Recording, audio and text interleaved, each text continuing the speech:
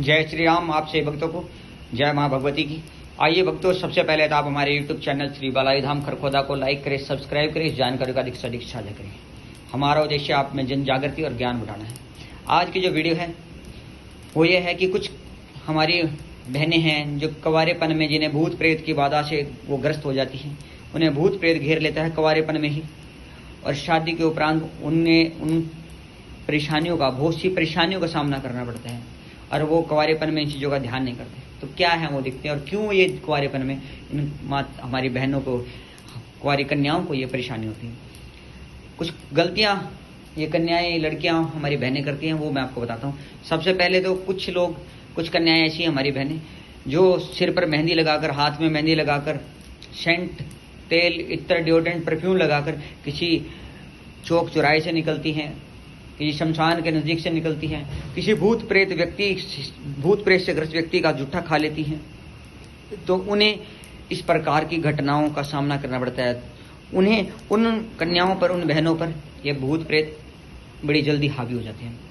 और कुछ पर जो तंत्र क्रियाओं के द्वारा भूत प्रेत छोड़ा जाता है, किसी के पैर की मट्टी उठा करके, महीने के गंदे वस्त्र उठा करके, कपड़े उठा करके, सिर के उतरे हुए बालों से जब कंघी करते हैं, उन कंघी में जो बाल हो जाते हैं, वो कंघी के जो बाल आपका शत्रु होता है वो उठा लेगा, तो उस पर आपका अभिचारिक क्रिया कर देगा। तो इन क्रियाओं के द्वारा जो कुंवारी कन्याएं होती हैं, हमारी बहनें होती हैं, वो ग्रस्त हो जाती हैं। उन्हें धीरे धीरे क्या होता है, शुरू में तो उनकी बुद्धि क्षीण हो जाती है, वो पढ़ाई में उनका मन नहीं लगता, घर से भागने के बड़ी मन करता है, घर में दिल नहीं लगता, घर में मन नहीं टिकेगा। कई बार तो कुछ भूत प्रेत पिशाच ऐसे होते हैं जो इन कन्याओं को, इन बहनों को गलत मार्ग पर चला देते हैं। गलत मार्ग पे मेरा कहने का सीधा तात्पर्य है कि वो किसी ऐसे चक्कर में पड़ जाएंगी कि उनकी सोच, विचार, चरित्र बड़ा अच्छा था और बाद में ऐसा हुआ कि वो किसी लड़के के साथ घर से भाग गई, उनकी बुद्धि भ्रष्ट कर देगा। जब वो उस लड़के के साथ किसी लड़के के चक्कर में पड़ जाएंगे, उसके साथ भाग जाएंगे, बाद में पछताएंगे कि वो भूत प्रेत उनके दिमाग पर हावी होकर, पिशाचिक विद्या, अभिचारिक विद्या उनके दिमाग पर हावी होकर उनसे गलत मार्ग पर चलाएगा, गलत क्रियाएं करवाएगा, और बाद में उनका जीवन नरक तुल्य हो जाएगा।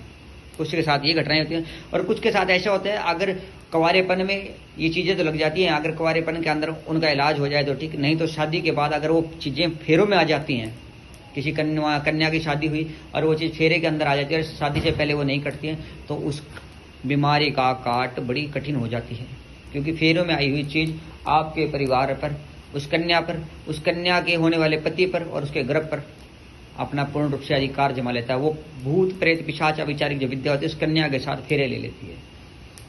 तो फिर कई बार क्या होता है, कुछ माताएं, कुछ बहनें कहती हैं कि शादी के बाद हमारे कपड़े खींचते हैं, कोई हमारे साथ गलत हरकत करता है, और पूर्ण रूप से अनुभव होता है कि कोई हमें टच कर रहा है, हमारे को पकड़ रहा है, हरकतें कर रहा है।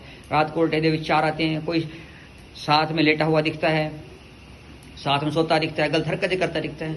तो वो ऐसे ही कुछ विद्याएं, कुछ अभिचारिक भूत प्रेत पिशाच होते हैं जो शादी के, आप कुंवारेपन से आपके साथ होते हैं और शादी के समय आपके फेरों में बंधित होकर आपके साथ चले जाते हैं, और फिर आपको बच्चे नहीं ठहरते, आपका गर्भ खराब होने लग जाता है, आपका अपने पति के साथ मन नहीं लगता, घर में आपके तनाव रहने लग जाता है। अपने ससुराल में आप जाते हैं तो आपके ससुराल में जाकर के अपने सास ससुर से, अपने जेठ जेठानी से, ननद से, देवर से, अपने पति से, अपने बड़े बुजुर्गों से आपका मन नहीं मिलता, आपका दिल करता है उनसे लड़ने झगड़ने का। तो कुछ विद्याएं ऐसी भी होती हैं, अभिचारिक विद्याएं, कुछ पिशाच ऐसी भी होती हैं जो इस प्रकार की क्रियाएं आपके द्वारा कराता है, आप पर हावी होकर के।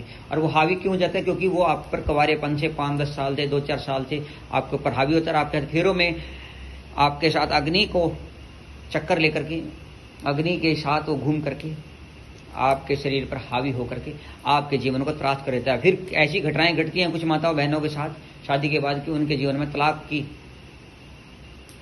ले लेती हैं, घर नहीं बस पाता, बच्चे नहीं हो पाते। तो इन विद्याओं से बचने के लिए सर्वोत्तम तो ये है कि आप ये चौक चौराहे की शमशान के आसपास जाते हैं तो हो सके तो घर से बाहर मेहंदी लगाकर, सेंट, तेल, इत्र, डिओड्रेंट लगाकर ना चले।